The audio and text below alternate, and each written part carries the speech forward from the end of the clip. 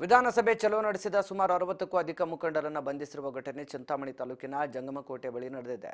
ಚಿಂತಾಮಣಿಯಿಂದ ಬೆಂಗಳೂರಿಗೆ ಪಾದಯಾತ್ರೆ ಮೂಲಕ ವಿಧಾನಸಭೆ ಚಲೋಗೆ ದಲಿತ ಪರ ಸಂಘಟನೆಗಳು ಹೊರಟಿದ್ವು.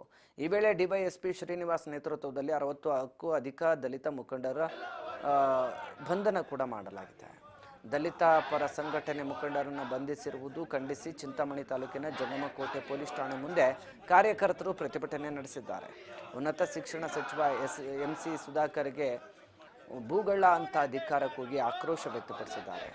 ಸಿಎಂ ಬಂದು ಚಿಂತಾಮಣಿ ನಗರದಲ್ಲಿರುವ ಅಂಬೇಡ್ಕರ್ ಪುತ್ಥಳಿ ಅನಾವರಣ ಮಾಡಬೇಕು, ಬಂಧಿಸಿರುವ ದಲಿತ ಪರ ಮುಖಂಡರನ್ನು ಕೂಡಲೇ ಬಿಡುಗಡೆಗೊಳಿಸಬೇಕು ಅಂತ ಒತ್ತಾಯಿಸಿದ್ದಾರೆ.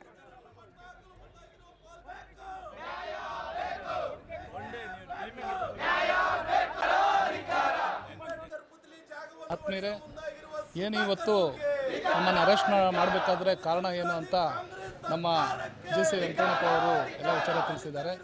ಆದರೆ ನಾವು 6 ತಿಂಗಳುಗಳಿಂದ ಬಾಬಾ ಸಾಹೇಬ್ ಅಂಬೇಡ್ಕರ್ ಅವರಿಗೆ ಆಗ್ತಾ ಇರ್ತಕ್ಕಂಥ ಅವಮಾನದ ಬಗ್ಗೆ ಜಿಲ್ಲಾಡಳಿತ ಮತ್ತು ಸರ್ಕಾರದ ಗಮನಕ್ಕೆ ಅಂತಕ್ಕಂಥದ್ದು ರಾವು ಅಂತೇಳ್ಬಿಟ್ಟು, ಆದರೆ ಅವರ ಮೇಲೆ ಇದೆಯಲ್ಲ ಈ ರಾಜಕೀಯ ರಾಜ್ಯಾಧಿಕಾರ